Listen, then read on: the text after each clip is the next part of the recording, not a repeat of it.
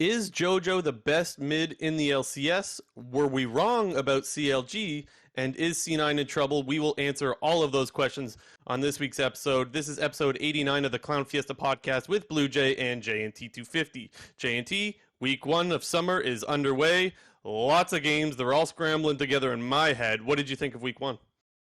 I felt like it was one of the more exciting week ones just because of the fact that there was some parity in terms of like teams performing well, which we didn't expect, and then some teams underperforming relative to expectations coming in. So it felt like sometimes the week ones can be quite boring, especially when you have all these new teams that are rocking these different rosters and you're not really sure how everything's going to pan out and if the game quality is going to be decent. But I actually thought the game quality was like pretty good for the most part. It wasn't like there wasn't any games. I mean, there were maybe like 2 of the 15 games where I thought like, wow, this is terrible. Like this team's getting shit stomped. It's not even close. And that might have been like the TL Immortals game. It might have been like the TL Immortals game and the CLG Dig game. But other than those two games, I thought the rest of the games were good. On the same page.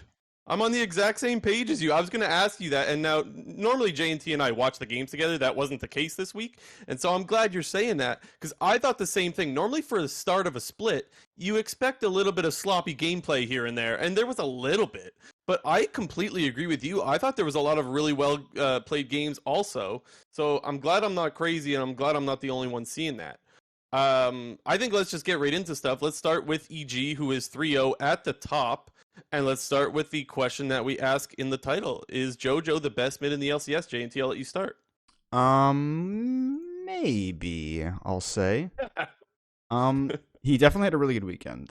I think when we looked at JoJo Pune coming into the LCS, a lot of people really weren't sure where he was going to fall in terms of like actual performance because you got to kind of keep your expectations somewhat I don't want to say what's the word dull, not dull, but like, relatively like realistic. Manage your expectations. You got to manage your expectations when you have a rookie who is a really highly touted rookie coming in to, fill some big shoes because when you take a look at the EG roster that was put together before the start of 2022, there was a bunch of talk about, well, we can roll out these young rookies or we can potentially get maybe a god squad of veterans because, the talk of the town at the time was that EG was maybe looking to pick up Jensen and also add Doublelift because those two players really wanted to play together from their time back on Team Liquid.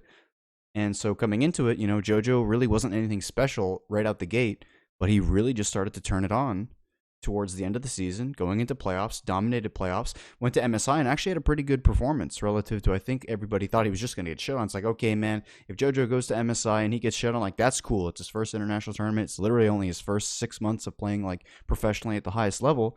It's okay if he gets shit on, but he didn't. He actually played pretty well. And coming into this weekend, he had some really good games against good mid laners in the LCS. Like he got the best of Jensen. He got the best of Abadage. What was the other team they played? I'm blanking. Oh man, you just said before the show started that you were going to be the memory guy. Remember? It was FlyQuest.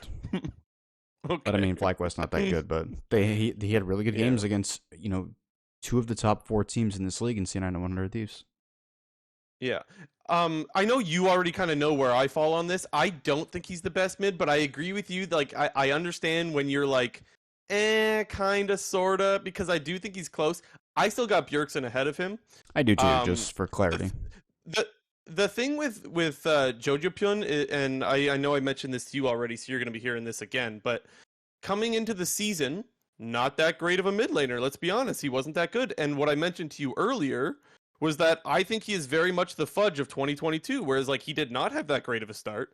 And a lot of people during MSI, after MSI, and now at the start of summer are kind of looking back and going, why wasn't he a top 3 mid laner or like the all-pro voting? And it's like, because he wasn't a top 3 mid laner at that time. As playoffs went on, of course, he started to look much better, and at MSI, he held his own, like you mentioned, and of course, he's had a great start to summer split, and that's why I think it's fair to start throwing him in that conversation, because his trajectory is up. It is very much like Fudge last year in 2021. It's just this year, it's the year of JoJo Pune, and so that's why I think he does deserve to be put in that conversation. However, another opinion of mine when it comes to how we rank our mid laners, or another take, if you will, is that coming into the split, and I think I mentioned this last week, it was let's wait and see if how long it takes Bjergsen to get back to his normal self, or if he gets back to his normal self. And it was, let's give him time. And then as the year went on, it felt like everyone lost patience with Bjergsen, and it was like, how come Bjergsen's not the GOAT anymore? And I was like, well, you still got to wait for summer to come around. And Bjergsen's had a really good start to summer now. And I think that this is the time in summer when we decide, is Bjergsen back to his normal self, or is Bjergsen just a good mid laner in this league? And I think he's had a really good start to putting himself back in the conversation of, I'm an absolute monster. So that's where it's like, it is really tough, but I still give Bjergsen the edge because I think even Bjergsen, even spring, looked really, really good as well. Aside from that stuff, well, I guess I should ask, do you have any thoughts on that before I move on to the other EG players? No, I mean, JoJo's on his way. And if he keeps doing what he's doing, he'll be there. Yeah, everything's looking up for EG right now. And the other thing is, we thought, and I remember we mentioned very briefly, like, hey, wouldn't it be funny if EG just wasn't having that MSI hangover and everything went fine? But we kind of just dismissed it and just expected it to happen because it's so normal for it to happen. And then they come out in 3-0. And so, yeah, well, I would say that I think they still looked better at MSI. It's hard to fault them for anything really this week, and they still looked pretty damn good for the most part. Yeah, I mean they had close games against, Cloud9 and 100 Thieves, but I think ultimately, their team fighting is really what prevailed, which ultimately was still their biggest strength in my opinion from the spring split. It wasn't like EG was full of these dominant laners who were crushing their lanes and they were snowballing these 2,000-3,000 gold leads in the early game. They were actually often the team that was behind in the early game, was maybe down 2 or 3K gold, or was maybe down a Drake, or even, it got to be, we saw games out of EG, even in the playoffs against Cloud9, where they're giving up Dragon Souls, but still winning the game with, these great, team fighting, scaling comps. And that's kind of exactly what we saw. Talking about JoJo, like that game against C9, like he was like his rockets were just like heat seeking, like he was destroying the Cloud9 backline of King and Jensen. He two-tapped King at the Soul fight. He two-tapped Jensen at the Inhibitor fight, which ended the game. He had a really good laning phase. He, pretty much, I wouldn't say he had a flawless laning phase, but pretty close to it. And he just looked really solid all around. He had a little fumble against, 100 Thieves where kind of the tower dive gone wrong. I was actually just rewatching that game earlier because I once again, I was like, what even happened in this game? And it was kind of unlucky because he got hit by the charm right as he was throwing out his own chain. So it was kind of like an unavoidable situation. Like once he threw his chain out and the charm hit, like he was dead 100% no matter what. I would argue that he should know not to throw out the chain there, though. He should expect the charm to be coming his way as he's walking towards. I think he would probably say, like, yeah, that was kind of a dumb play. But I get why, like, he thought he had the kill right before that, and he misses out on getting an extra auto win. I was watching it. It looks like he gets a little creep blocked. I couldn't really tell if it was creep block or if it was just he thought he had the kill. I think he got a little creep blocked when I'm rewatching it. But I mean, it's a game of inches. That's a really nitpicky thing because in a lot of scenarios, that's a solo kill, right? And obviously, pre-durability, that's probably a solo kill as well. A little bit more on the durability thing is at the start of that game, of the C9 game specifically, I remember thinking like, damn, you're kind of seeing the damage is down a little bit. Like I am starting to see the effects a little bit. And then his rockets were absolutely one-shotting people. And I was like, oh, okay, durability XD. To your point, he was doing a bunch of damage with those rockets and really just took over that game. And it's those kind of performances that are going to push him into the conversation of best mid in the league. I think it's because of games like that. Mm-hmm. And you kind of touched on it a little bit. We were kind of expecting EG to like maybe not look as good as they ended up being because of the whole MSI debuff, and presumably they took a longer break than the rest of the teams who had been scrimming and practicing, probably when MSI was going on and learning about the durability patch. But I think at the same time, EG continuing to play all those extra games at MSI, scrimming all these good teams, I think evidently showed that their team fighting is still very, very strong, and it's some of the best in the league, which is, still their biggest strength. And while, who knows, we still might even see EG drop games in the future, they're off to a pretty damn good start when, they're still looking, they're maybe not at their best, but they're close. From the 3 games we saw so far, like, it's pretty close to it. So to me, it's more, can EG surpass their own expectations and just kind of take over now? because they clearly they have the tools to do it with JoJo, with Danny. Impact solid, Inspired's looking much better, and I just think that they're on the right track. Yeah, no, I agree. I really do agree. And the other thing, so I don't think it's a huge like it's like a hot take to say that I think uh Inspired came back looking just like his normal self. I think he's looked really, really great. The one guy that I said I didn't think had the greatest performance at MSI was Vulcan. And I thought Vulcan bounced back really and had a really good weekend here as well. So that's another guy that I want to shout. Everything else seems to be kind of going as you would expect. Danny's still putting out a shit ton of damage. What else is new? And I guess I think I heard somewhere that he's the kill leader already by a lot.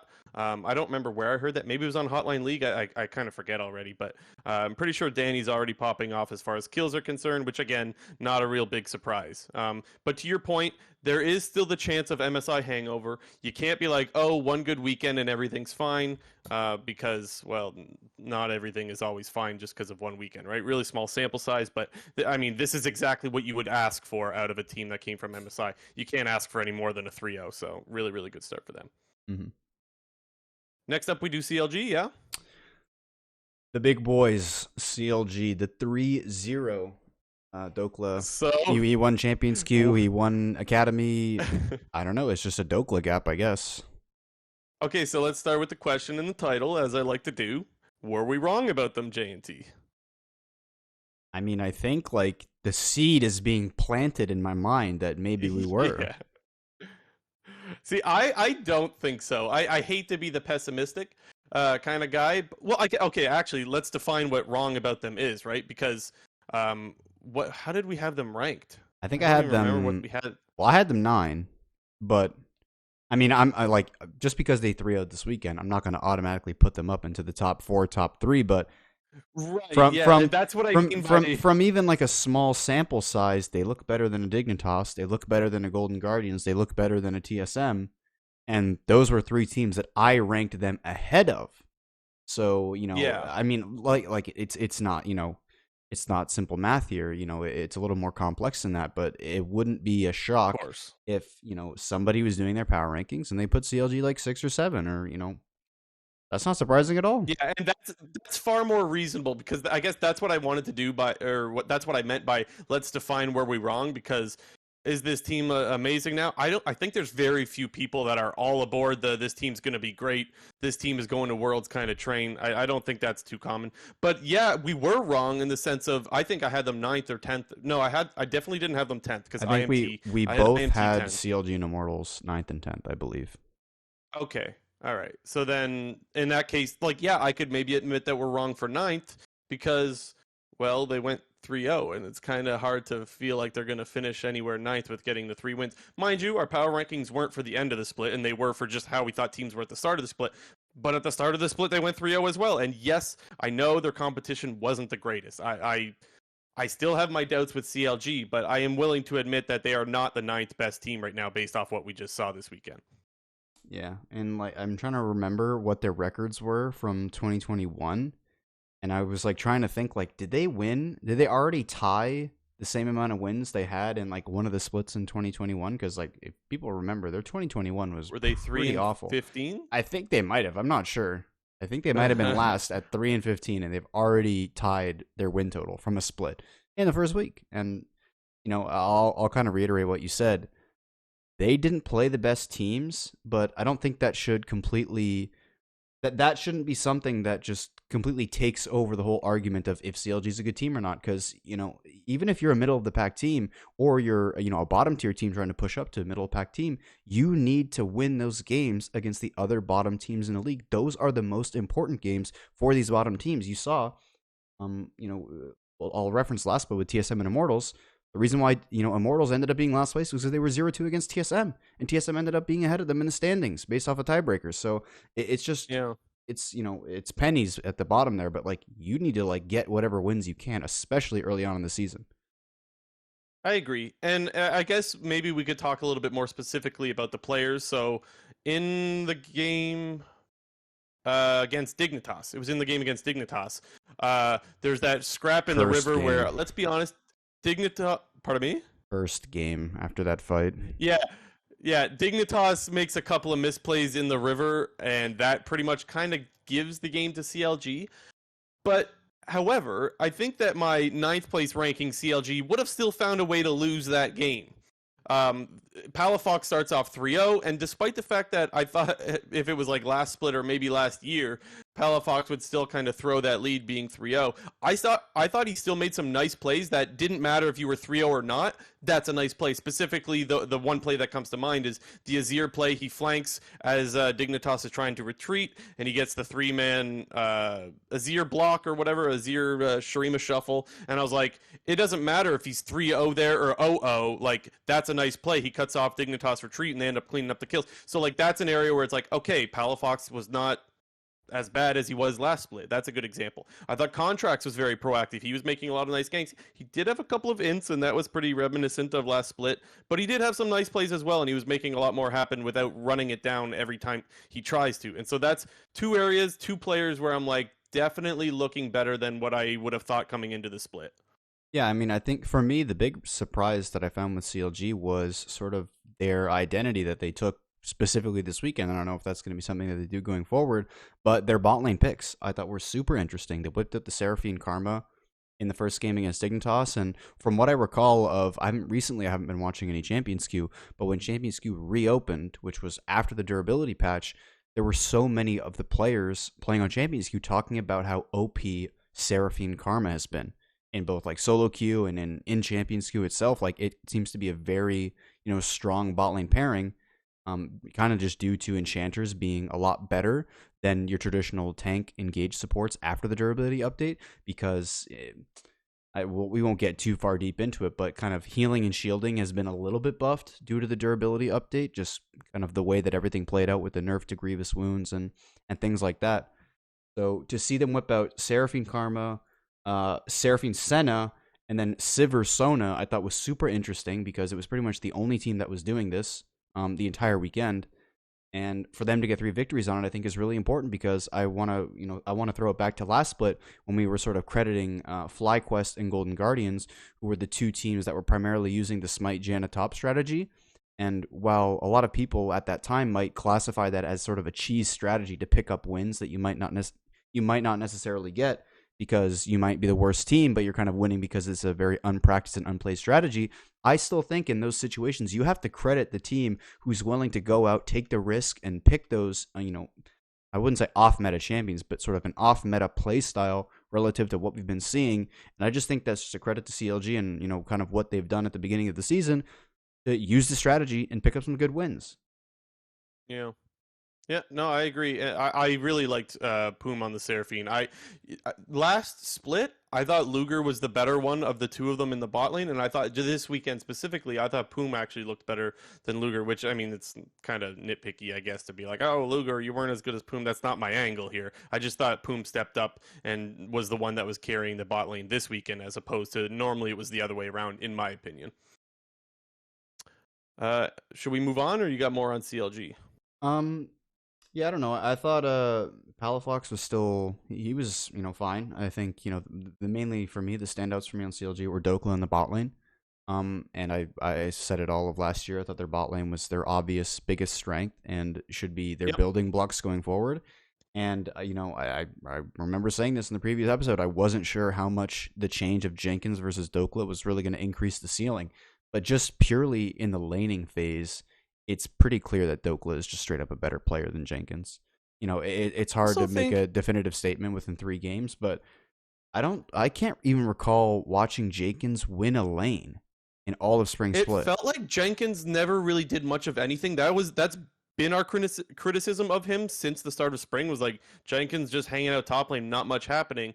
It felt like CLG is willing to play through top lane, whereas it didn't feel like they were willing, or maybe just not able to play through top lane when Jenkins was there, which is something we saw this weekend. Now, Dokla did get caught out a couple of times, but I feel like that's really nitpicky in comparison to what he did. That was a net positive to the team. So pretty good weekend out of Dokla, and I think I don't know. I guess not much more you can ask for a player coming out of academy. Yes, he's been an LCS player in the past, but it's been a long time, and there's been a lot of development that can happen since the last time we saw Dokla play in the league. So, and I think we're probably seeing that. So, really good start to the split for him. Yeah, I mean, it's not a coincidence that within the last year, you're on the best academy team. You finish as the number one Champions Queue player, and you're back in the LCS on a starting spot, and you have a pretty damn good first weekend, all things considered. So, I'm just for I me, I'm think, just really interested to see what CLG does going forward.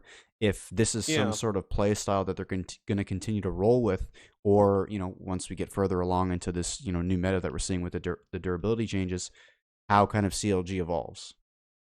Yeah, I think he was the MVP of Academy last split. I think he was. I Yeah, yeah. think I heard. That I sounds think I right. heard something there. If I'm making that up, someone let me know. But I think he was anyway. So that's also, I guess, a good accolade to have if you're going back into the LCS. Next up, we got TL, who also went 3-0. This is obviously the least biggest surprise out of all three of these teams going 3-0 because, well, they're supposed to be this good, and they had a much better break than EG did, and they have all the star power in the world. So, I mean, what can you say? They looked so much better. I guess last week I mentioned how every one of these players, I didn't think they played at their peak last split. Maybe Bwipo towards the start of the split, but definitely fell off as the split went on. They looked really good this past weekend. What players should we start with here? I mean, I think the first one I want to talk about is Bwipo, kind of on a similar line Okay. with CLG, just how their style is somewhat different from spring to summer. I mean, I'm gonna switch it up here. If you recall last episode, one of the main talking points I had and one of my reasonings for putting TL number one was, I pretty obvious that I have a lot of respect for all the players on this team and them being grinders, as I said, with very good work ethics. I thought that they would sort of be the ones to figure out the meta first.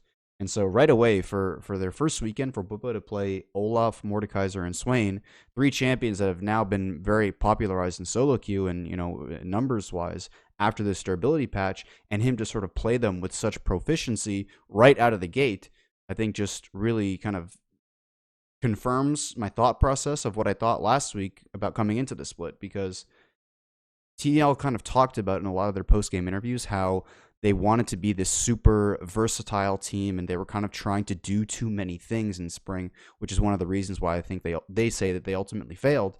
And coming into summer, they wanted to have a much more refined play style where they're kind of more playing towards bot side. But I just thought that was a little bit funny because we kind of saw Bwipo actually running show in the top lane still, and pretty kind of reminiscent to what we saw at the beginning of spring. True. But I just thought it was super interesting, to see what they did with the unique picks of the Olaf, the Swain, the Mordekaiser. I think Swain, dude, that champ is so OP. If you see that thing in the LPL, like I've been watching a lot of LPL highlights lately, that champion is destroying people. And I was really surprised that the only Swain pick we saw this weekend, there's only one pick, and it was only Bwipo. So I'm expecting us to see this champion much, much more going forward. Swain is fucking broken, I'm telling you. Did you hear the interview that Bwipo did? Are you referring to that when you're saying their play style playing more around bottom, or no? Did Yeah. you hear that interview? Yeah. I wasn't sure if they showed it on, because I know you were probably watching co-streams. I wasn't sure if you heard that or not. Sometimes they mute it or No, whatever. that was Yeah. in the interview that he gave. Yeah. Okay. I wasn't sure if you heard that or if it was just coincidence. But yeah, no, I completely agree. It is funny that we're gonna play more towards bot, and then he absolutely runs over. I mean, they had the perfect game, right? That was kind of disgusting. That game. It was like, yeah, I guess they played around bot, but they didn't stop him from absolutely smashing in the top lane with the Olaf. He made Revenge look pretty bad. Not the first guy to do that, and probably not the last, but still, got to give credit where it's due. The big guy for me, the biggest standout that I thought the biggest improvement, which isn't really a big shock.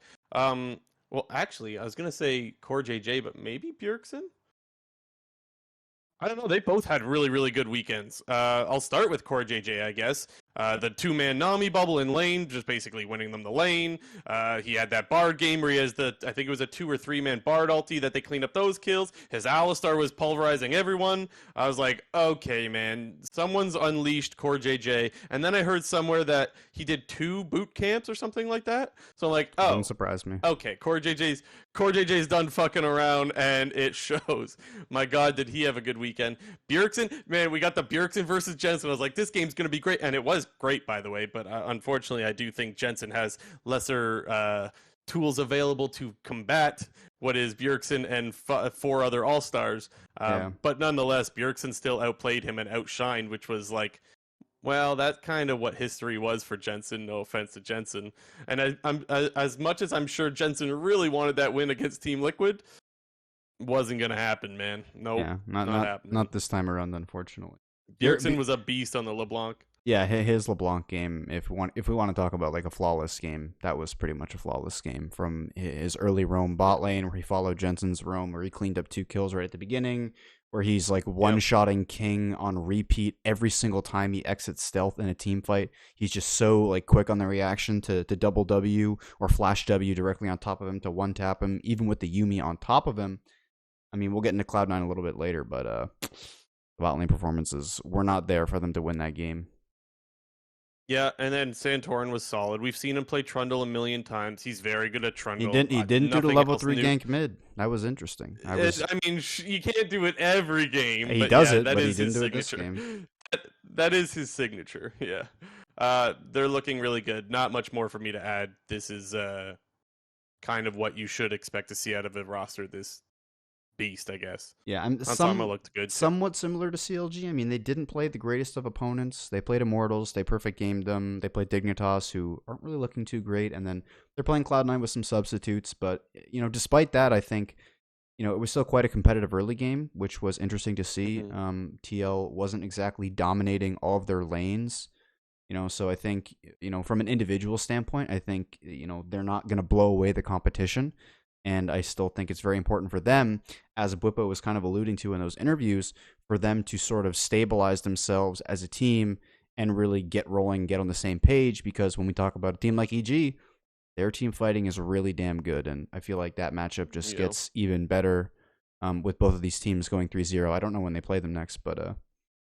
That's the matchup that you want to see now, right? Like, you want to see, especially because right now, I mean, there's a bunch of reasons. They're both 3-0. They're probably the 2 best teams in the league right now. And I want to see the JoJo Bjergsen matchup again. That's one I want to see a lot, to be honest. You wish you would see more than 2 games of that per split.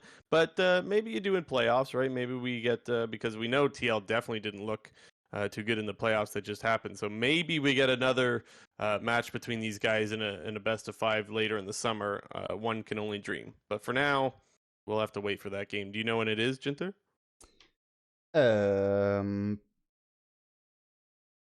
It's not next week. There you go. Okay, we'll have to wait a little while for it then.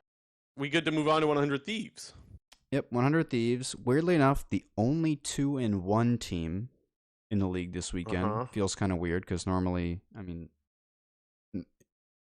statistics would say that you'll most likely end up with multiple teams having a similar record, but 100 Thieves is the only 2-1 team, so by default they're the 4th place team right now. They look pretty good. I mean, like I was kind of talking about in our previous episode, I think I've sort of dropped my expectations of 100 Thieves a little bit. And I'm not exactly expecting perfection and expecting all of these players to be individually at the top of their game, nor as a team at the top of their game yet. So I thought it was fairly fitting that they went 2-1 this weekend with their 1 loss to EG. Still a very competitive game, which we saw, a lot of scrapping. I think one of the scrappier games we had this weekend, because we did have some pretty, we had a lot of slower, more boring games. I think that is a bit of a byproduct of this new patch that we're seeing.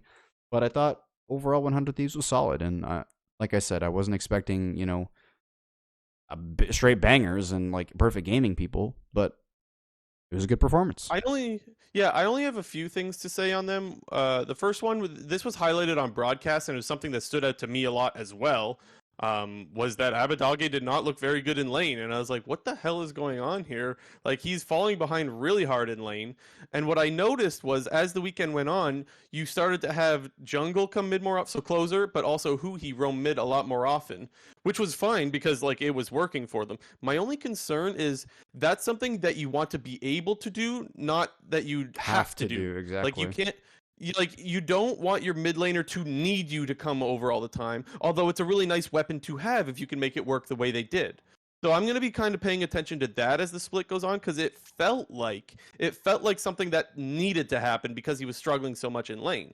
However, as after laning phase, This guy landed every fucking charm he could. I was like so surprised how consistently the laning phases were going and how consistently he was popping off after that. He was finding picks all over the place. And that was really, I don't know, that was fascinating to me. I really enjoyed seeing that because I don't think that's something you see very often. And so I don't know how to rate Abidage's performance this weekend. I'll just call it interesting because it was weird. Yeah, I definitely thought their bot lane actually looked, better than I thought. FBI and Huhi previously have actually been quite a strong laning duo, so I thought their Nami Lucian game, specifically against what was it, TSM, was actually really, really strong because multiple times in that game you kind of saw the power of the Nami Lucian lane, and in the team fighting now, kind of the way that they've reworked Lucian to work better with abilities that empower him, which gives him that extra damage on the auto attacks. And everyone kind of knows that you take electrocute on Nami because you can proc the electrocute with the E from Nami. So I thought FBI and Huhi had a really good game against TSM, and I think ultimately was the reason they won that game because they were struggling a little bit. Like you said, Abadage didn't look very good in lane. I thought Someday actually didn't really look too great, especially in that game. And Closer, I thought he played pretty well for the most part this weekend, but it wasn't like pop off 1v9 Closer that we've become a little bit accustomed to. So I thought FBI Huhi, specifically in that game, which was looking a little bleak at points, definitely stepped up and kind of put the team on their back there. The good thing that I'll point out with Closer, I'll kind of put it together with Abadage because I noticed they actually had really good synergy of chaining their CC. That was something that stood out this weekend. Was a lot of times Closer would find the engage with like Wukong, and then it would be instantly charmed. And that CC chain, it seemed like they were very much on the same page. So no problems with synergy as far as the mid jungle is concerned. I do think those two players have played better in the past, and so maybe I could expect a little bit more. But as far as synergy goes and being on the same page as far as their timing is concerned in their engages, very, very good out of those two. So nothing but compliments there for the synergy. Last little thing of criticism, I think it was the game. It had to have been the game against EG because that was the only game they lost. They started having a play that I think was the last team fight of the game, but Someday is TPing as Gnar like deep, and Huhi flash ulties. Who was Danny playing? Was it Danny? Ezreal, I think. It would have had to have been Danny. Was it Ezreal? He flashes ult engages as Nautilus. A little bit too early. So the Nautilus ulti goes off and FBI ends up using his Kaisa ultimate and goes in. But Gnar isn't quite there yet. And so I found that's where the timing was off on one of their engages. And I think if Huki's just a little bit more patient, I feel like the Gnar can end up knocking knocking Danny into the wall, timing that well and chaining that CC, and ultimately maybe even come back in that game because I don't think EG was necessarily ready for that TP flank. But they kind of went really early, ended up losing the fight, and then ultimately the game. So I don't think that game was unwinnable. And I think a little bit of an oopsie on Huhi. I think his timing was just a little bit off. Yeah, but even after that, or maybe it was before that, they had previously chained it quite well when they were fighting at that sort of top inhibitor tower. They burst Danny right away. They ultimately lost the fight. Inspired did his thing on Viego again on that part of the map. But, I may have missed that. I might have missed it. Yeah, they did get a playoff where they 100-0'd Danny with a Gnar ultimate from Someday because he just transformed out of vision. Yeah. To be fair, that's what should happen, right? If you put that many abilities, first of all, point and click Nautilus ult, you're like shit. You need I don't even remember who was his support that game. You need a Tom Kench or some shit to. Aren't they playing Ezreal Karma? Maybe. I know Danny was playing Ezreal. I don't know. No, Vulcan was playing Braum. Vulcan was playing Braum. Oh yeah, his Braum was actually beast in that game too. It was, yeah. Yeah, okay. Yeah, okay, that's what it was. Anyways, nothing else for 100 Thieves. I think they looked pretty good for the most part. Couple little things. Abadage just needs to pick up his laning phase, I think, and the team will be much, much better. And yeah, that's it for now. Yeah, I think Abadage was a little worse than I expected, and their bot lane was a little better than I expected. So for the most part, I think, at least from my end, 100 Thieves kind of met my expectations. I didn't get disappointed, so that's a good thing. It does feel like they're perfectly in the standings where their skill level is, right from what we saw this weekend. They belong with the 2-1 record, I guess is what we're saying. Yep. TSM, yeah? Yep. TSM Chants came back in the audience. Fans are back. TSM Chants are back. Guess what? I still don't fucking like it. It's a shit chant. The TSM chants were also followed by CLG chants when they were playing CLG. Yeah. That was man, the revival. All you need to revive CLG is a bad TSM. Hey, man, um, they'll to be take it. fair, I thought Spica had a good weekend. I did not think Spica looked nearly as bad as most of his team did. Um, yeah, let's just be honest. I feel bad because Tactical is kind of like acknowledging that he's bad right now, but he's bad right now. Yeah, Um, their bot lane is bad. yes, true, but I think definitely Tactical is the bigger standout. Now, you and I in the past have said that we did not think he was that great of a player on Team Liquid and that he would look worse when he goes to another team. I don't think either one of us expected him to look this bad. He's looking pretty rough. What do you think? Yeah, it's sort of like, we saw him making pretty egregious mistakes on Team Liquid, especially with his Right. positioning and his over aggressiveness, but we didn't think it would, increase by like tenfold. We thought it might, I don't know, like Yeah. you might get like, one extra moment a game or like a couple extra moments in a weekend or in a series if he was on, a worse team, because you might have to be taking extra risks if you don't have a team that's as full of, you know, as great of players that Team Liquid had on that roster. But unfortunately for Dactyl, he looks really bad. I thought his laning still was fine. I thought their bot lane, in terms of how they were laning, was okay, just in terms of the trading, the CSing, the wave management, whatever. But everything else, positioning around objectives, picking your timings in fights, not using your damn summoner spells, there was literally a moment where Mia is walking face first into a Wukong under a tower as he's like trying to run to save other members of his team. This was in the game against 100 Thieves. But like, I don't even know. Like, it's just that was one of those moments where you're like AFK at your computer when you're walking back to lane, and like all of a sudden, like you look up and you're dead. It's like you weren't looking at your screen. That's what it felt like. Mia wasn't looking at his screen. But TSM came out the gate looking pretty good in their first game. Was that 100 Thieves? Yeah, well, Spica had a really good J4 game, but Yeah, I unfortunately, remember you and I said like, man, they were actually looking pretty good there for a sec, and then everything just came crashing down and came back to earth like we saw them in spring. But it was funny because going in, well, last week we talked about all the Parth takes and how Parth thought they were top five and it was close, and how he thought Spica was a top three jungler, and although Spica's having a pretty good start, they had us in the that's first kind of half. over. It's kind of overshadowed. Yeah, yeah.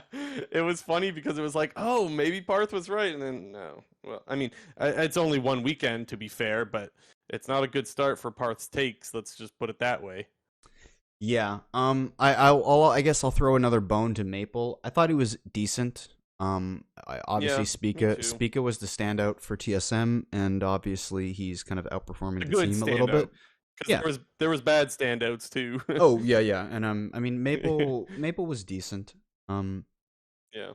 I'm not expecting him to come into this team and play like a god and be a top 3 mid laner in the LCS, because he's coming to a new region for the first time. Presumably, his English isn't the greatest, so obviously he's gonna have to acclimate, and things are probably gonna have to take a little bit more time. Like I said, I wasn't expecting him to come into the split like a god, but he's not looking like total dog shit. So for me, that's a plus. Yeah, so I have a lot of off the rift kind of stuff that I want to talk about with TSM. So do you have anything else on the rift that you wanted to mention? Most of my focus was Spica in his interview, as you know. Do you have Yeah. anything else about on the rift? This Huni Rumble narrative. We've talked about this before, but like, I don't like people talk about like, oh, Huni Rumble, epic. It's like, bro, it ain't that good, man. Like he had like the one I good still think it's one of his series. better champions, though. Well, I his still do. Gangplank. I thought his Gangplank's his best champion. Maybe. I don't know. I don't think Hooney had the greatest weekend, but I don't think like when I'm thinking of what's the problem with TSM right now, I'm not looking at the top lane. Although I'm sure there's definitely some things you could look at with Hooney. I'm looking at the bot lane. Oh no, That's the it's biggest just problem for funny me. because I recall when Huni whipped out Rumble when he was on Clutch against TSM, when that was like the Huni Lyra Demonte roster on Clutch. They Hmm. played like the Kiana Rumble combo, and that's where like it felt like people started talking about like, oh my god, Huni Rumble epic, and like I don't think he's like looked good on that Real champion at all since like, dude, what was that, season 9? they were talking about that a long time before that series. Hooney Rumble goes way back to, well, I don't even know when, but I think long before season 9. No. I mean, I can't recall them talking about Huni's Rumble before that. I thought they did. Anyways, regardless, the biggest standout for me this weekend was the interview that he did with Travis. Reason being, let me just pull up the exact quotes so I don't get this wrong. Um, Travis was basically asking him about, like, did you have any input in the roster? And he basically said, like, I had different ideas in mind. And I was like, oh, that's interesting. And he also said, so that was the direct quote for the record. It was, I had different ideas in mind. Which I was like, oh shit, that's not a good sign. But also, he said that he gave his input, but TSM decided to go another route with it. Now, this is obviously pure speculation, but I don't think it's a good sign if your best player, right? It's safe to say Speak is the best player, right? Let's just get that out of the way, yeah? Yeah. And I don't think it's a good sign if the organization does not want to listen to their best player as to who he would like to play with.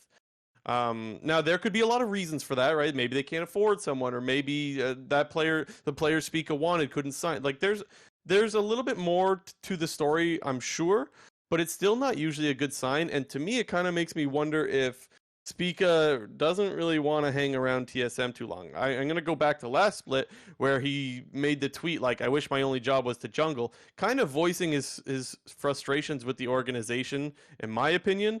And I don't think this bodes well for helping that frustration. I feel like Spica probably wants out, but again, that's pure speculation.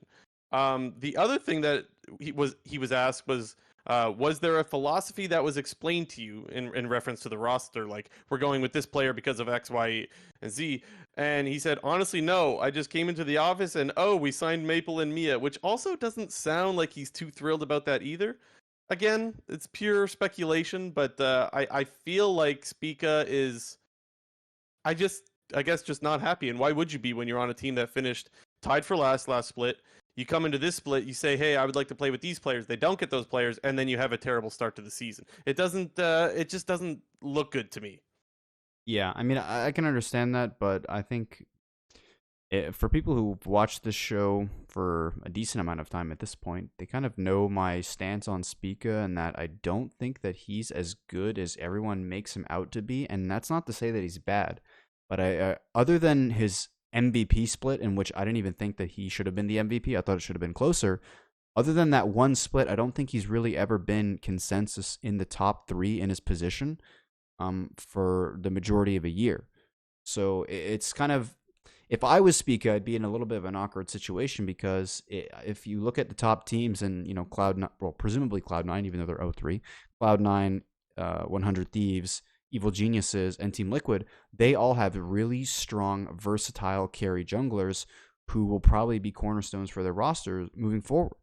And it's pretty hard to expect, unless you have this monstrous performance, that you're suddenly going to get offers to join these teams. And, I hope that's fuel in the fire for Spica to just absolutely pop off and, want to get picked up by one of these amazing teams. And, I'd be happy for him if he did.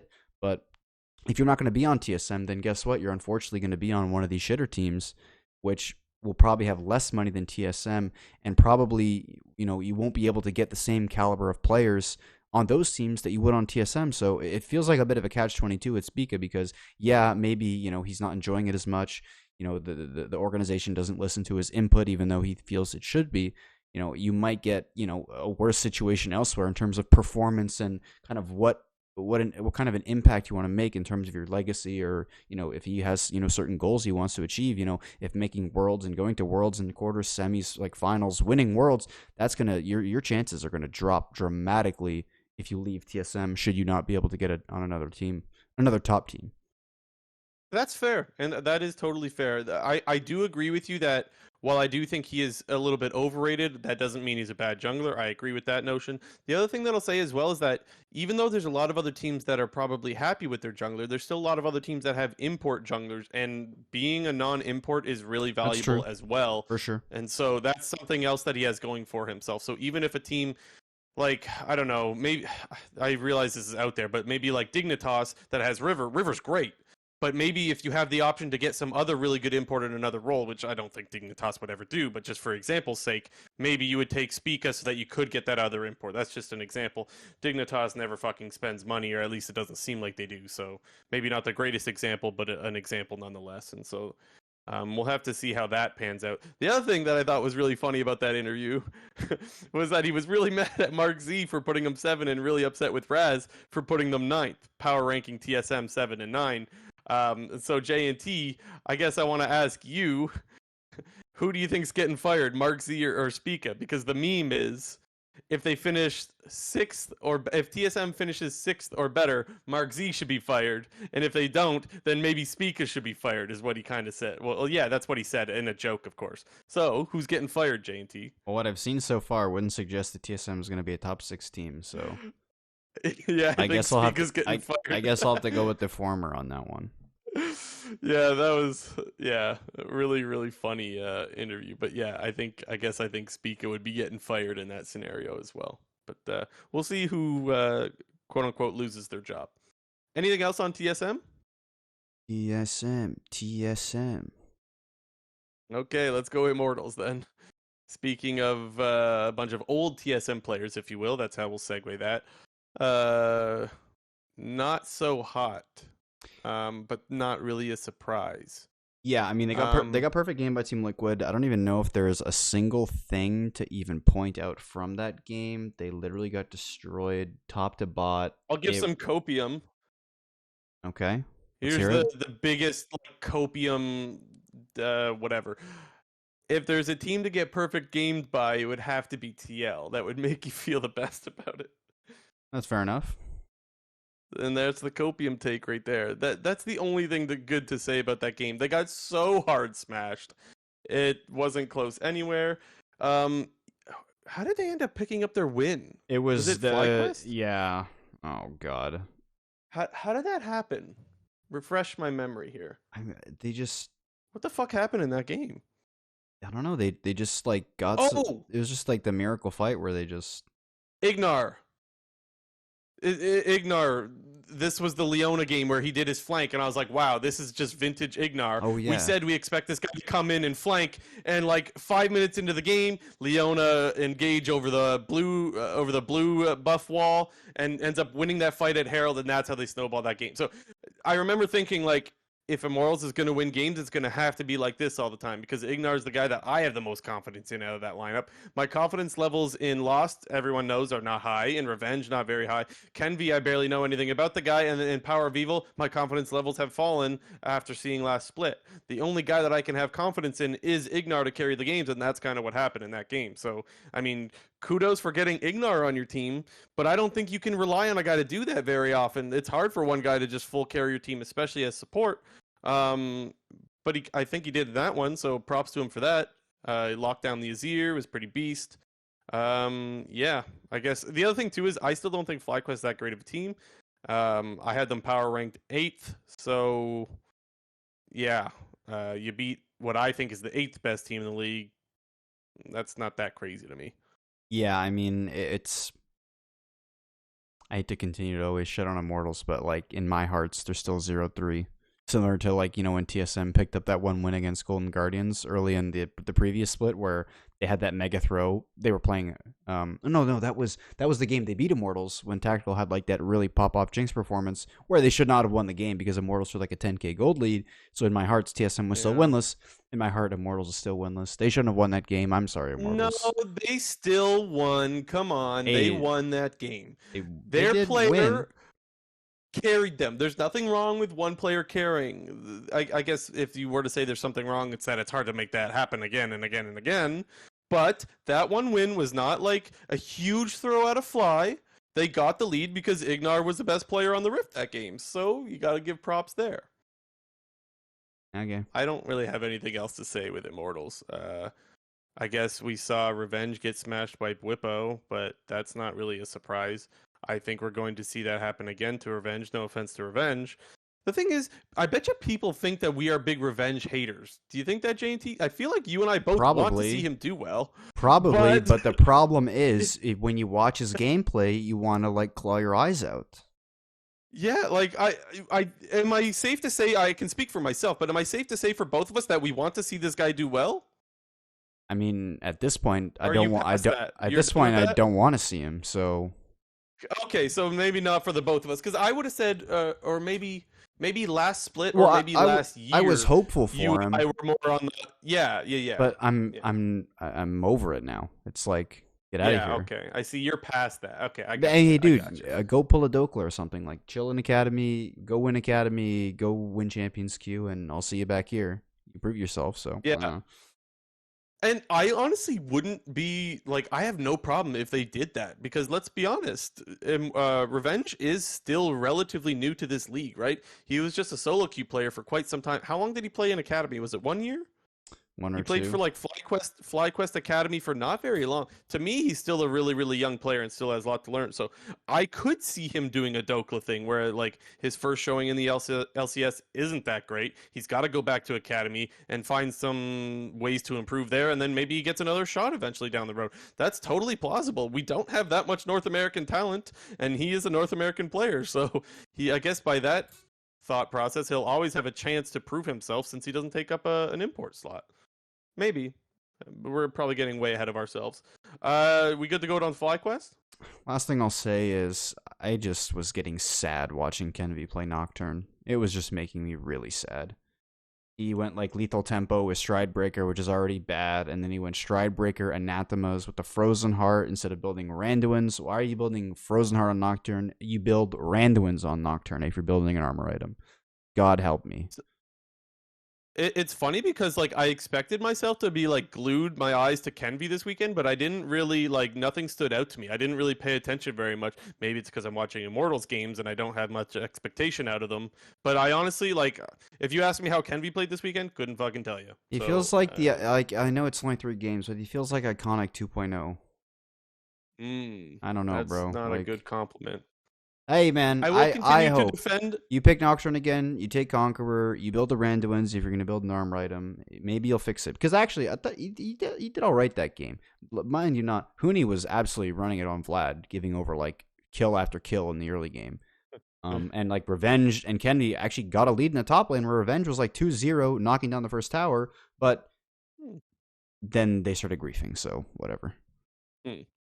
Well, maybe I'll have to try to pay more attention to him next weekend. But yeah, anyways, whatever. Let's go FlyQuest. I thought Johnson and Afromu were absolutely the reason they beat Golden Guardians. Um, I guess they had Nami Lucian into the Zeri Yumi, and I think that's how that lane is supposed to go, where they absolutely smashed them. And so I got to give credit to the bot lane there because I think they solo won them that game.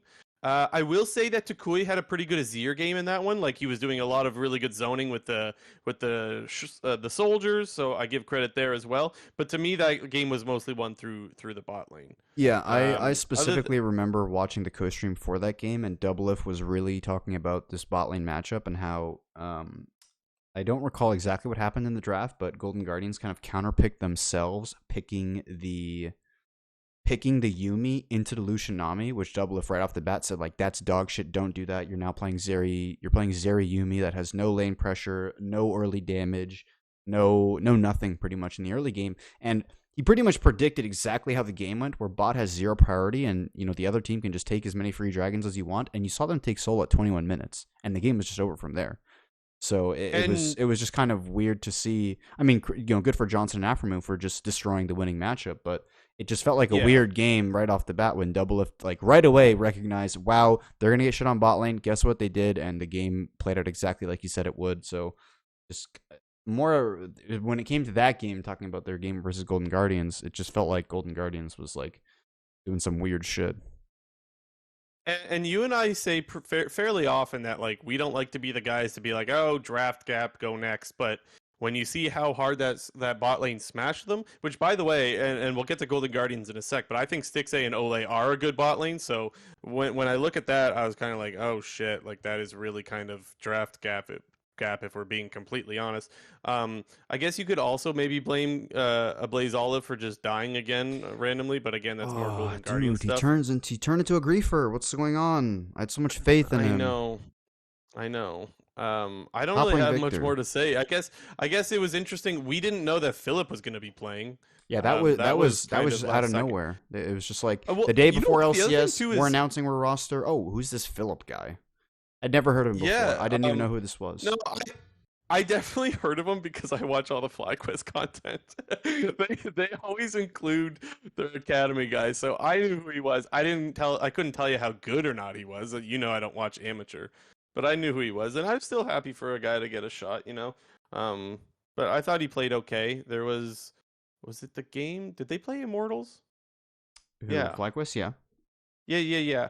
They had the nice play bot lane where Jose Dioto, I mean they ganked Revenge, what else is new? Where they had the nice pillar into the Aatrox root thing, and that was a nice play, little setup there. Nothing too crazy for me that stood out from Philip. I guess he did go a little bit too aggro in the one game. I think that might have been the same game actually. Where he ends up picking up a kill and you think he's gonna pop off, and then he flashes into an area where the rest of his team just can't follow up. I guess that's something where you could give a little bit of criticism of like he got a little too excited, I guess, and kind of ended up costing his team what was a one team fight. But overall, nothing too crazy for me to say one way or another just how good the player is just yet. No conclusions to be drawn for Philip. Yeah. I don't have anything more to add for FlyQuest. I don't think they're that good, and I don't know. I guess I'll wait for more info as the split goes on. Yeah. I mean, I just want Jose Dioto and Afro to be on a different team. Sorry Yeah. to the rest of FlyQuest, but I still think Tukui can be good. yeah, I'm okay. I haven't given up on him, but Johnson. Even the other thing too, okay, no, one other thing I gotta say is that Doublelift was like flaming Johnson in the game, in that game where they're playing the Lucian Nami. I thought Johnson was the player of the game that game. Yes, I mentioned how Blaze Olive randomly decided to walk out and get killed, but like to me, it was a lot of the cullings from that Lucian that are getting these picks, and honestly, just hard winning them late. I thought Johnson was the best player on the Rift in that particular game, and so I think I get this feeling when I'm watching Doublelift that no matter what, when he sees Johnson, he's just insta flaming, no matter how the game is going. Like I actually thought Johnson had a good game, and I didn't think that was fair criticism. Even though I don't think he's the best AD carry in the league, I thought he was the best player in that particular game, and I think Doublelift isn't exactly fair to Johnson all the time. So Yeah, there, I'll say it. he openly has not been the kindest to him. Dude. But the thing is, like he's like that with a lot of players though. Like That's true. Doublelift will look at like, oh, bottom team AD carry bad, you know. But regardless, okay, Golden Guardians. Since we kind of started talking about them already, let's just get right to it. Blaze has got to be careful, man. So I mentioned last week that there's a good chance that Leader ends up starting over him. However, I went to look and see if Leader has been playing in Academy, and he has not been. I think he's still in So EU. I don't know what's going on with that. He was streaming What? like he's still been streaming in EU. So I don't Do you know. think if it's like a green card thing? Well, I don't know if he's getting his. I don't know. I don't think he can get a green card, but maybe he just. It's more of the Or work visa. So that's what you're talking about. Or yeah. He probably maybe has complications with his work visa, but I just remember because went he back- was streaming like one of his like streaming clips was on the front page the other day, and he was still in EU. Mm. Yeah, I went and I looked to see. I was like, I'm not crazy, right? They definitely announced him as their Academy player, and I go in on their Twitter and I'm like, okay, yes, they did announce him as Academy. He just hasn't played yet. So I guess that makes a Blaze Olive spot a little bit more safe. But man, he's got to start playing better, or they are going to find whatever way they can to get Leader over here and get someone else in. If I was a 'Cause- Blaze Olive and I was worried about job security, I would. If my team ever told me to pick Victor again, I would say no. I would not pick that champion because it seems to be Yeah, every he can't single stay time safe, he man. plays Victor, he's just running it down. He's just dying out of position. He's wasting his flash. I remember on the co-stream for this game, Meteos actually said something like half troll but kind of half serious. Like if you're playing, in scrims, if you're playing out of champions that have a lot of mobility, like an Ari, like an Azir, a Yone, anything like that, you're kind of used to having those, those big mobility spells, which inherently keep you very safe. And when you're playing this mobile control mage, you're just like absolutely fucked if you're like 2 inches out of position. That last split. Oh, I did said you? that last. Thank you for bringing that up because I remember him saying that. I said that last split, and so it always makes you feel a little good when you hear the pro players repeat something you've said. But anyways, I remember I was like, I've said this, and I was like, okay, so I'm not crazy. It's like what? It's like he's mosquito to a flame, and the flame is just walking into river. He just loves river, man. Can't get enough walking into that They didn't river. play And then, of course, Dignitas. yeah, I know XD got. Yeah, I was ready for that. I did a freak. I was ready for that one there. Freak 250. I Okay. felt bad when I Um, did it there. Like I felt dirty. I didn't want to, but I did. you love it. You No, love I it. The other didn't. I thing too is, didn't. okay, I've said that like I don't really trust Licorice to play carries. His KL was eh. It was okay. Sometimes you look good, sometimes not that good. But the other where my criticism lies is Fiora's supposed to be one of his pocket picks, right? That's one of his favorite. It might be his favorite champ. That's something he's been able to play for a long time. And they got him the Fiora, and I don't see enough out of a guy that this is supposed to be his pocket pick. It's now coming into meta. Take over that game, you know? I didn't see enough out of him for that, so I was a little disappointed there. But I guess what can I say? I said I don't trust him to carry games, and so I guess I don't know why I expected more, but I guess I expected more. Okay, well, let's go to some of the positives for Golden Guardians because they picked up a win, Yes, and they picked up a they're win bot against lane. Cloud9. And as you mentioned, you were, although they got shit on in that Zera Yumi game, they kind of had the reverse happen in their game against Cloud9, where Golden Guardians had the really advantageous bot lane matchup, and is similarly on the co-streams once again. Doublelift pretty much predicted exactly how this lane was going to go, and it's exactly what we saw. And Tom Kench, after the rework now, is kind of seen more as this aggressive laning champion who is has more early to mid game power as opposed to late game power, because in the late game he's literally just a QSS for the Devour. That's about it. You don't really have any other playmaking, as opposed to the past when you had your long range ultimate, which you could travel a teammate from mid lane to anywhere on the map basically. But their bot lane had a really, really good game against Cloud9, and while Licorice, I don't think his kill wasn't amazing by any means, he did enough to get to a position where he was just playing a level 16 Kale, and the game just became Yes, unwinnable for Cloud9. yeah, I agree. And I'll give Blazol some credit here. He was juking everything from Jensen. Like Yeah, Jensen hit like yeah, the one block, right? alt, yeah, one alt, one Q3 on him the entire game. Like, and it did seem that Jensen's timing was a little bit off, but it's on the other guy to press the mouse and go to the right or go to the left, and he was doing it, and it was just kind of Jensen comical at a got point. Jensened. It was just kind of comical at a point where they panned the mid lane, Jensen would press E, he'd Q, and Ablaze would sidestep or W, and then Jensen would follow with ult right after, and it's just be like, oh fuck, like there it goes. Like then it was just deja vu every time. A minute 30 later, we'd go back mid, see the same exact thing, and it was just kind of funny. And credit to Golden Guardians that one game. I can't. I don't know if Yeah, I can say no, they you're right. played well, because I don't think they played well. I think their bot lane played very well, and then they just happened to Yeah, have a level 16 Kale, and it was GG. I thought no, I think that was obviously their best game, which is easy to say when they win that game. But I do think they actually did play pretty well that game. I think you're right with the Ablaze Olive thing. Jensen got a taste of his own medicine, because Jensen is like the guy that's known for having those nice little side steps and dodges, which we did see out of Jensen, by the way. We'll get to that in a sec. But yeah, Ablaze Olive threw some of that back his way, and so you do have to give credit there. I think Stixay's Ezreal was hella aggro and really good. I think this team is better than last split. I say that hesitantly because Ablaze Olive continues to run it down a little bit, and I think if he does that, we're not really going to see it come to fruition, the improvement. But I do think this team is definitely better. I felt that way. I think I mentioned last week that I thought Stixay was going to be a big improvement over Lost, and I think this weekend like showed that. So that's really good. But yeah, I guess there's still a couple of other holes to plug, I suppose, when you're talking about their solo lanes. But the thing is, like, Licorice and Olive have been better in the past, man. Like, they just gotta hold it together a little bit here. Mm-hmm. Yeah. On Hotline tonight. They were kind of saying, or Mark and Travis were kind of saying that they think Golden Guardians is going to be one of the teams that doesn't make playoffs, and I don't think that's the case. I think they're Okay, well, definitely still better than just last split. who did they say would be the two teams that didn't make it? Obviously, Immortals and Uh, somebody else. Immortals and Golden Guardians. Oh yeah, that was dumb. Okay, let me rephrase then. Who was the eighth place team then? Who was the team that was squeezed in? Um. Sorry, I just realized that didn't I make any guess it would have sense. been CLG. Yeah. I guess it would have been CLG, because I think it was because they started talking about CLG going 3-0 that it was like, well, now because we all had CLG, power ranked bad, now somebody else has to take that spot. So who's it going to be? I think that's how the conversation went. Okay, if you had to make And your then that's what I think. early prediction right now, what would be your two teams that don't make playoffs? Well, Immortals. Okay, yeah. I don't want to say Dignitas. um. Oh God, I don't know.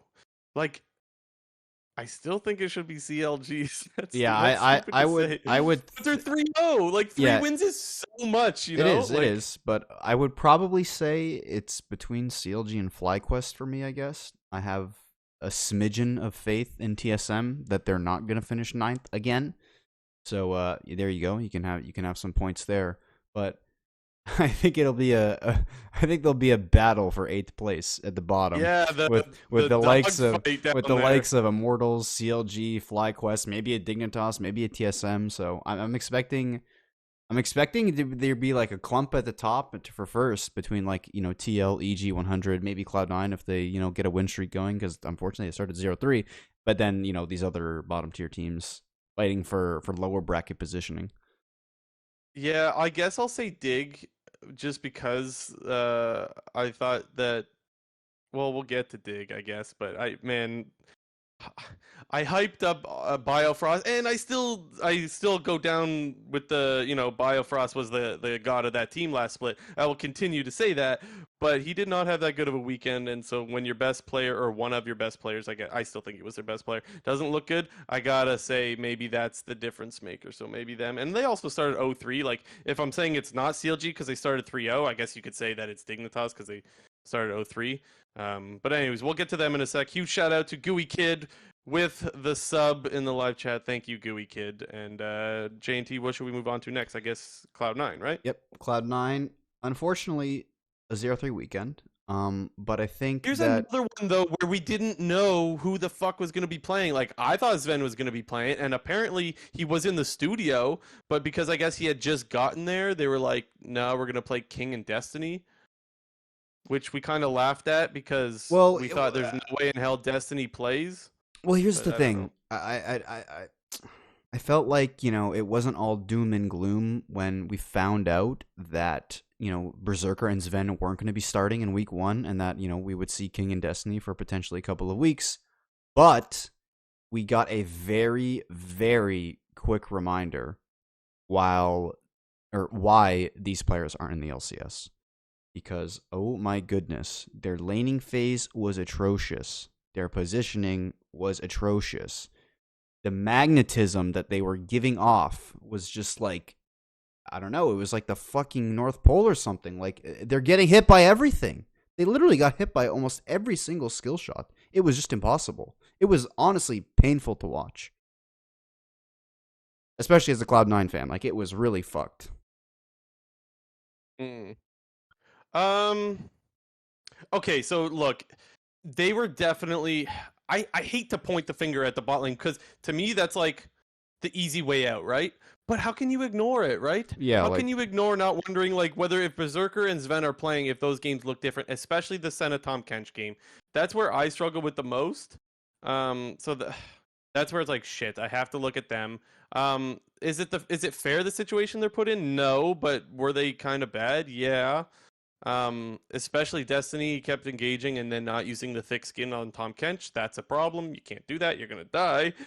But it wasn't even all them though. Like there were times where Fudge is engaging on like the Ornn. I can't remember what game was that where Fudge engages on the Ornn, but it was also like, Golden Guardians.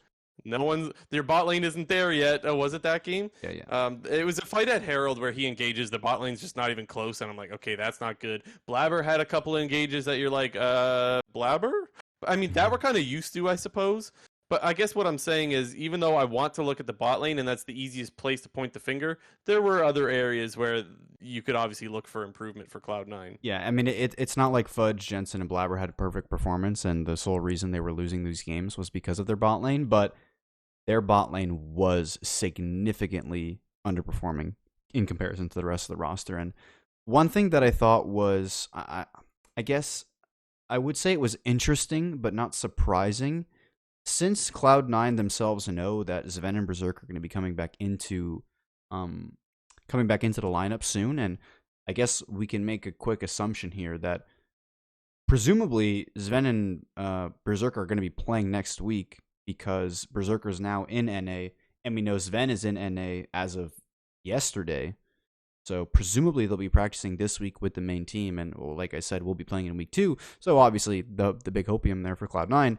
But to see them, especially in that Golden Guardians game, take a very sort of bot lane centric draft and basically putting the game's hands into King and Destiny with the Jinx Lulu was just kind of surprising to me. And that kind of just tells me that Cloud9 really didn't give a shit too much about these 3 games, because if they were really tryharding, I feel like they wouldn't implement that kind of a strategy knowing how weak King and Destiny are because of what we've seen from them, especially King when he was starting for Cloud9 over Sven, where King, once again, even back then, was a skill shot magnet and had very little impact in team fights, and his laning phase wasn't that good either.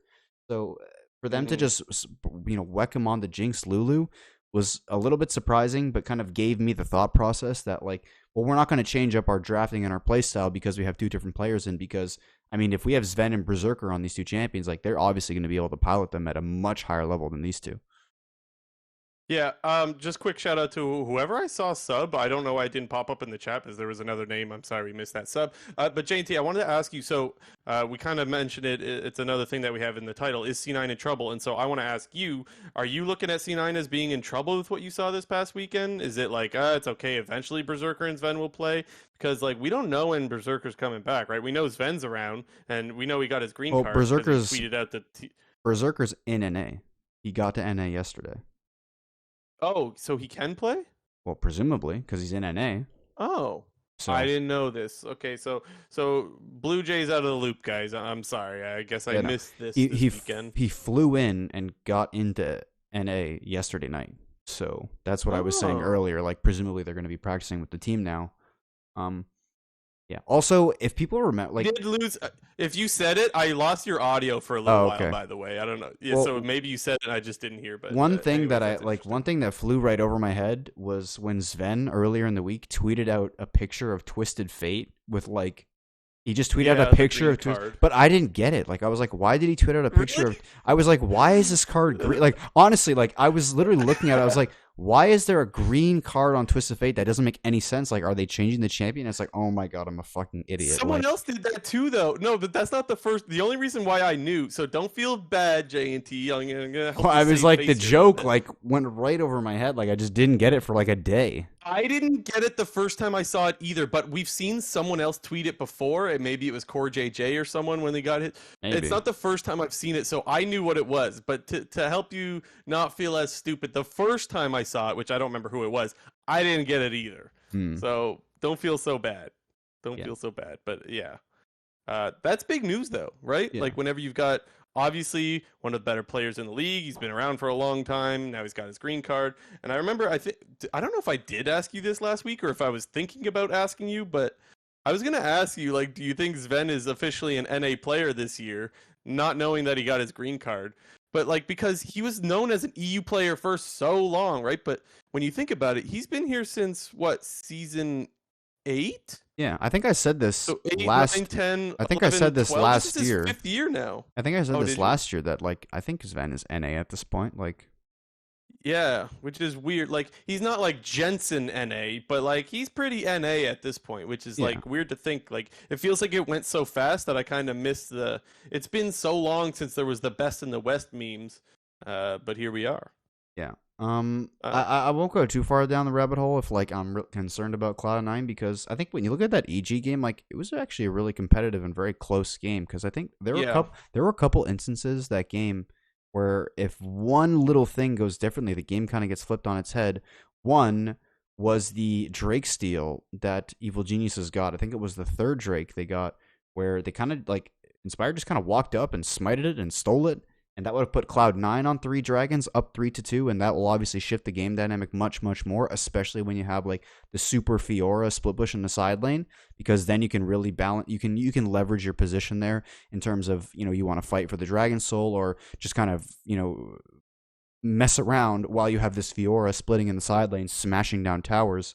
But even in that game, like, there were 2 separate occasions where Inspired lived 1 HP, which prevented Blabber from getting the reset, and then he died. The one was the first time it happened where Inspired actually did end up dying to the Victor ult when he walked back in, but they blew him up right away, and Inspired, like, kind of got out 1 HP, and then he ultimately died later, but Blabber died because he couldn't get the kill on Inspired and therefore didn't get the reset, and that happened again later on in the bot lane fight, where Inspired lived 1 HP, Blabber didn't get the reset, and especially when we've seen Viego like pop the hell off when you just get the one reset, and and even in the Team Liquid game, like yeah, it kind of got out of They control. looked pretty good in the Team Liquid Yeah, like game as well. I know that seems like some horse shit no, it, no, copium. I it actually didn't think it looked that bad either. They're up against a really good fucking team. the game got out of control pretty quickly, and I think we did see a little Blabber int moment there where for whatever reason Yeah. Cloud9 was up 2 dragons, and they weren't in position to secure the third one. They had lost all control of the objective, and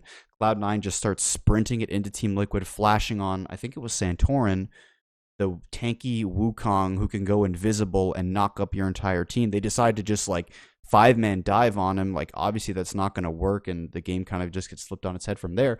But even then, like we saw Fudge kind of smacking around Bwipo in the top lane with the GP pick. At the time, before Bjergsen really started to pop up on the Blanc, Jensen was actually playing the lane out really, really well before kind of Bjerg got the double kill bot lane, and then also got additional kills on King to basically snowball out of control. So for me, when you look at those two games against EG and Team Liquid, Cloud9 were actually pretty competitive for the majority of what was, the impactful part of the game. Golden Guardians one is a little bit of an outlier, mainly because I thought the draft was just pretty fucking terrible. And like I said, I think that's them recognizing that they're not going to switch up their play style if they have subs in, because they know that Sven and Berserker are coming in, because King and Destiny are kind of fucking useless. So to put the bag in their hands with the Jinx Lulu, and to be putting Fudge on Ornn duty and Blabber on Lilia duty, I mean, I don't know. I liked what I saw out of C9 from the EG and TL game, so I'm not too worried. They might not be up in the top 5 anytime soon, but they'll be there soon enough. I'm going to add on to this copium train and just say that I also don't think C9 is in trouble, and that I've actually thought they looked pretty good too, which is kind of, it's like, yeah, it's easy to say because it's Cloud9, and this is where it's like, I feel, last week I mentioned I was being the TL simp, it's like, yeah, well, this week I'm being the C9 simp, cause I don't think it's going to be all that bad either, but yeah, anyway, Dignitas now? Yeah, unfortunately, Dignitas. How did we get here? Oh, shoot. Misclicking. Dignitas. They're unfortunately 0-3 as well. They looked pretty bad. There's not a lot of positives to take away from Dignitas this weekend. They obviously had that huge stinky game against CLG. They got smacked around by Team Liquid. Who else did they lose to? 100 Thieves. Do you remember when we were talking about the Tom Kench play, like against CLG specifically, and I said to you, like, could Biofrost have gone further with the Tom Kench W? I went back and looked at it. The answer is definitely yes. However, I still think he positioned it okay, because the only reason he didn't, whoever it was didn't get knocked up was because they got Summoner healed as well and just ran right out of it really quick. So that's where I'm like, you can't necessarily just expect that. I think it was Luger is going to get healed and just run insta right out of that. So I didn't actually mind. The second part where he flashes in for the tongue lash and misses, that was the int part. That was where it's like, there's no excuse for that one. That one just looks really, really bad. That same play, Blue uses the Corki Valkyrie like right on top of a Viego, and then Contract is like, oh, okay, well, you've used everything. I'm going to kill you now. And then he does. So that was just a couple of unfortunate ints there. Gamsu not taking Flash in whichever game that was also kind of like, I'm not a big fan of that. I guess that's something some other players are doing. That's the shtick on the Sejuani top thing. Yeah. I don't know why, though. Like But the thing that is really baffling me is you're not playing like this Camille, this Akali, who have been these champions that are now taking Ignite, because, these are all-in dueling champions that have a lot of kill pressure. And honestly, I could see it against the Camille because she ulties and you can't flash out of that ulti. I could see you not taking flash against Camille. I don't know. I personally think you should take flash, though, I guess. Oh yeah, almost every match. Dude, I don't like, why the fuck would you ever take Ignite when you're playing a tank champion? Like, that just doesn't make any sense. Yeah. Like, I would I would rather see like a spellbook then or something like that, because obviously Grasp is good in the melee matchups, but I don't really. This Sejuani top thing is a very new thing, and presumably it's only into melee champions, because I can't imagine that this match will be good against any ranged champion at all whatsoever, because the only gap close you have is your Q, and if you miss your Q, you're just like fucked up the ass. So Neo didn't really have that great of a weekend either, to be quite honest. Neo, I thought didn't really do much of anything. He was actually kind of um what's the word? Nobody, nobody, I nobody guess on relatable, comparable to Lost of last split, where like team fights are breaking out and he's there, but he's not doing any damage. nobody on Dig So played well. It was sad. yeah, yeah, it was pretty rough, and I do still think this team is better than how they played this past weekend. But the reason why I said earlier they might be the team that doesn't make it through is because I do think a lot of those teams from like 6 to 8 or maybe 6 to 9, I guess, in those range aren't all that far off, and they also have the 0-3 start, so it's just easiest to put them there. Well, guess what? But I still I'm here to what? deliver the Dignitas Copium. Okay, feed me. They played Team Liquid and 100 Thieves. Yeah, Two of the top that's teams. true. 3-0 and Okay. 2-1. And the other number one team in the league, CLG, 3-0. Like, I'm of course. sipping the Kool-Aid. Okay, Of course, you got me. of course they're Everything's going to go fine. 0-3. Of course. True. Okay, all right, JNT. Everything's fine, and we'll see next week. They'll go 3-0. Well, probably not. No, they'll go 3-0. Well, Okay. hold on. There's only 2 games now. Okay. So no more. The Super Weeks are over. Not until the mid and the end. So Oh, true. no more Fridays yeah. for a little bit. Also, I guess they'll man, have to be 2 and 3 then. yeah, like no more co-streams either. Like I was enjoying them, and now I just have to go back to no co-stream for like 3 more weeks. I know. It's I just say this sad. all the time.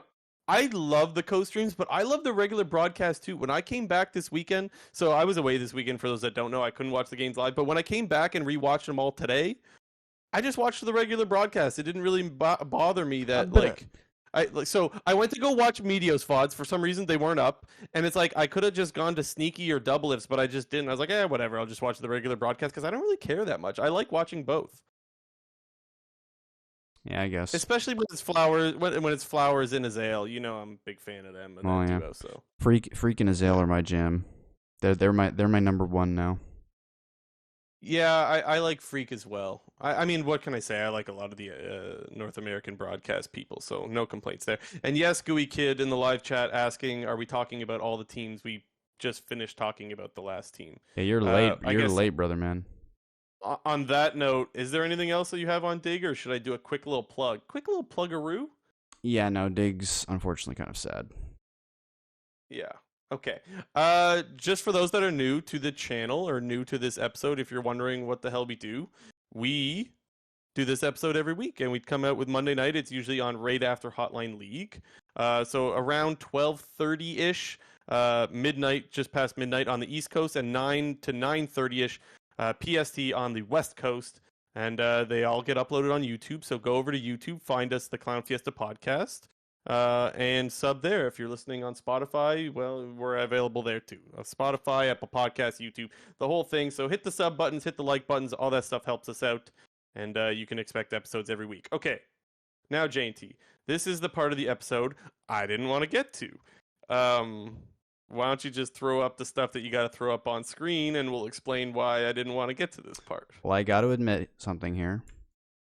Okay. We are going scuffed mode because Okay. the images weren't. I was like trying to pull them up as you were talking and plugging. The images are just black. So I don't have the pictures of the weekends, but I'm currently in the process of making scuffed version. So, are you telling me we can't throw up the predictions from last week? We Or can. are you telling me we can't put up the predictions from the fall for next week? Is what We you're saying? can, but if you stall for 1 more minute, everything is going to be hunky dory.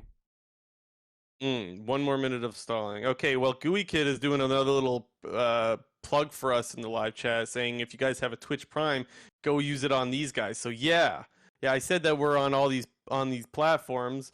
Also, twitch.tv/Clown Fiesta Podcast if you want to throw a sub there. Actually, for those that are unaware, we do these prop sheets not at the end of every split, but either at the end of summer or at Worlds. We will do a prop sheet that is free to enter. The winner gets cash, and we use all the money from our subs and stuff like that. Basically, all the little bit of money that we do get from Twitch, we put towards that. So, if you want to help fund our prop sheet that we are going to do at the end of the year, that's one way you can support, is by either donating, subbing, any of that stuff.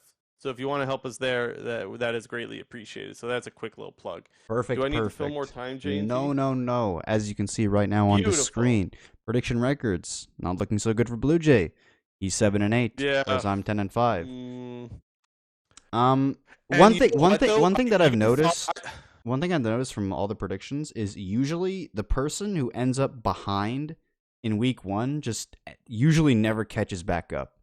So I don't know if I'm Yeah, jinxing I was myself going here, to but say no, but being down 3 after like one that's a week is a lot. steep climb. Yeah, it is.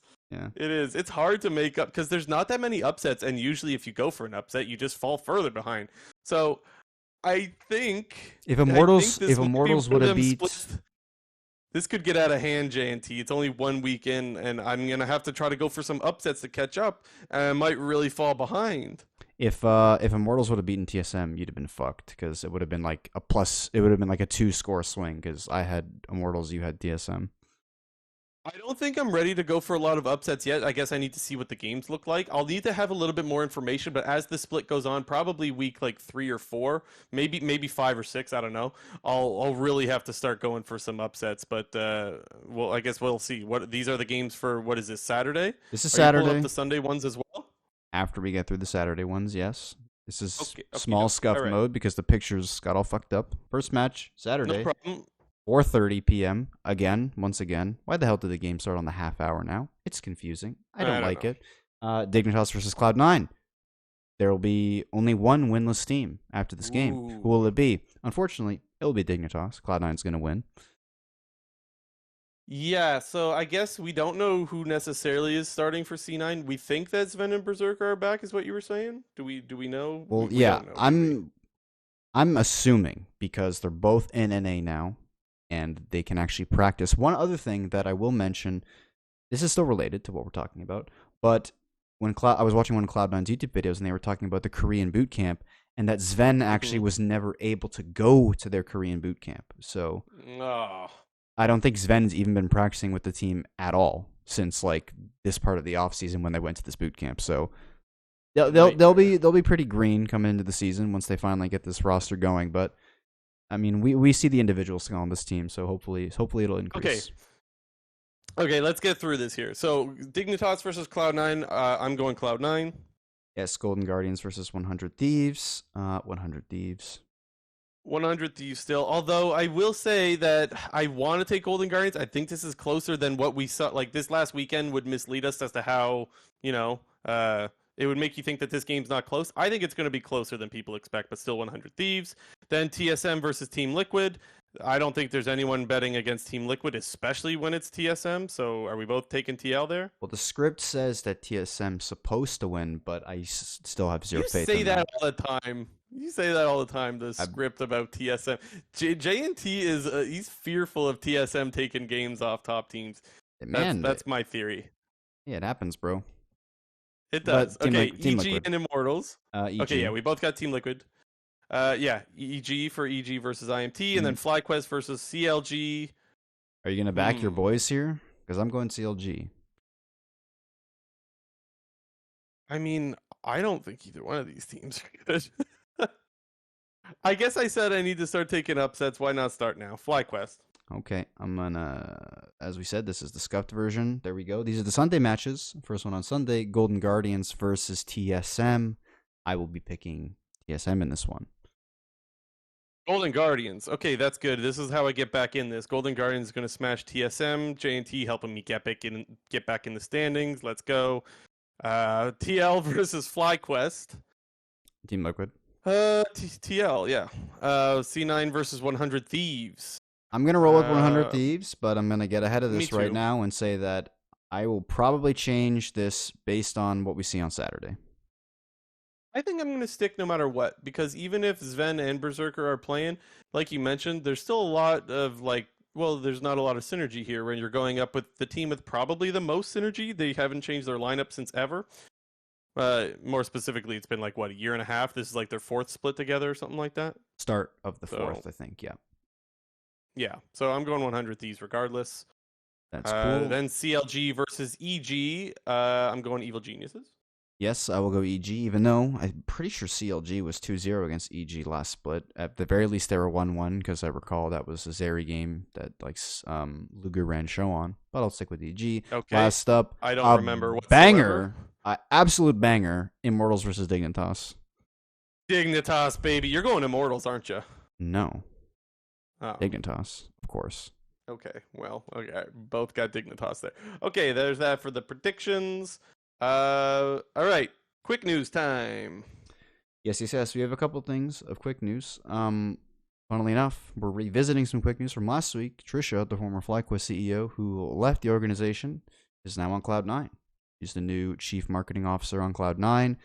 I think I said this like right when I saw it. It's like, yeah, like that's a really good pickup by Cloud9. We always talk about them picking up the good players, but now they're picking up like the good office people. The really interesting thing here is that, so first of all, it's like, okay, thank God, because I think the LCS does better with Trisha involved in the LCS, because we saw what she did with FlyQuest, no doubt. She's very good. The only thing that's interesting to me is that, like, I don't think she can copy and paste what she did over at FlyQuest at C9, because it feels like C9 has their own identity and it ain't hugging trees. It's like they're memesters, right? Which doesn't mean she can't do that, but I do want to see what version of Trisha we get with this kind of marketing over at C9. Like, I think she'll be great. I just think we'll see a different version. And so I think that's kind of cool. I want to see how she does with when it's not her team, you know? A new I think that's kind POA. of cool. POA means plan of attack, if you didn't know that. Okay. No, I did not. So thank you for that. Alrighty. Next up, Summit, former Cloud9 top laner LCS MVP, who's not on Cloud9, who's actually not on any team until now. He's on Fun plus Phoenix, former world champions, is going to be, I'm not exactly sure if he's their new starting top laner because they already have a current top laner as the LPL has already started. However, it would seem very apparent that he will probably end up being the starter. It's just so interesting to see a player be so good and then fall off a cliff and then now go to another team, because so many people are going to be watching him being like, was it Cloud9's fault or did he actually suck? You know, so I feel like there's going to be a lot more reasons to watch. Yeah, well, yeah, but I feel like there's going to be a lot more people watching or paying closer attention to the FPX results because of because of his time in North America, right? Mm-hmm. And they're FPX, and they're a pretty popular team over in the LPL. Next up, Evil Geniuses are doing a little switch up in their coaching staff. They promoted Rigby now to the head coaching position. People will be like, well, where's Peter Dunn? Isn't he the head coach? No. Peter Dunn's actual official title is head of coaching staff. I'm still trying to figure out what the difference for head of coaching staff and the head coaches, but I mean, maybe they'll let me know. Dude, this sounds like just a big long play for a hashtag live evil, you know? Like they're just trolling, like, because I don't know, trolling I guess is supposed to be their shtick, although they haven't really been good at it since Svenskeren left. This is just the start of EG starting to get back to that evil stuff again. Yeah, I don't freaking get it. I heard that and was like, where is Peter Dunn going? But no, he's still there. So cool, I guess. I don't know what to say because I don't understand what's going on over there. Maybe they've said it. If someone knows, if they've like made more tweets about it or something like that, feel free to let us know on either the YouTube comments or maybe in the Discord that we have. There's another quick little plug. Join our Discord because we're lost. We don't get it. So yeah. What else, JT? Last up, off topic but still on topic. Players, the Paramount Plus series that they've been hyping up for quite some time now, a little mockumentary style TV show about the LCS, the 11th team in the LCS. I don't even yeah, your boy Cream Cheese. I don't know, it looks fun. Like, I don't know, I really want to watch it now. I think it looks funny too. I've been seeing a lot of people talk about it on Twitter, saying how it's, you know, kind of exceeding their expectations, and for the people who are actually actively involved in the day-to-day operations of the LCS, say that it's quite similar in some forms or in some aspects of the TV show. So it's got me interested for sure in watching it. I think we're going to try to host a little watch party potentially with some of our friends, and maybe other people are doing the same. One thing that I will say, if you've never heard of this thing, the people who made this made American Vandal, which was a super, super popular mockumentary as well that was streaming on Netflix, which was a really, really great TV show. If you've never heard of it, you should go watch it. It's called American Vandal, and this show, Players, was created by those same people. And having watched American Vandal myself, I think it was 4 or 5 years ago, I already have like some knowledge that this is going to be a good show, and I'm very hope I want to watch it. I'm interested too. And Gooey Kid, if you're still in the chat, yeah, clear your schedule, pal. Yeah, we should watch it, I bro. also I saw Mo2 in the chat earlier too. I think he dipped, but you guys listen. We got to get together and watch it in Discord. Okay, is that it? I Are we think done? so. We are done. Okay. God, Week I'm so one in the happy. books. Summer's back. It's so nice. Next week I'll actually get to watch the games live, and I won't be scrambling and trying to figure out what the hell happened. So I'm looking forward to that. Um, Last reminder: hit the sub button, the like button, hit the comment And stuff, just and all that slap that stuff, and all thing, that bro. stuff. Yeah. Okay. We'll see you guys next week. This has been. Oh, also, by the way, we recorded this live for those listening on YouTube. The reason why I bring that up again is because we haven't been doing them live for like a month. But this went mostly smooth, which we weren't sure if that was going to be the case. So if you used to listen to us live and you're like, oh, they don't do live shows anymore, yeah, we're trying to do them live again. So, Hmm. it seems like we'll be able to continue to do that. Knock on wood. And so, You if just you want to catch us fucking live, jinxed it. go follow on Twitch. Okay, goodbye. This has been episode 89 of the Clown Fiesta podcast. See you next week.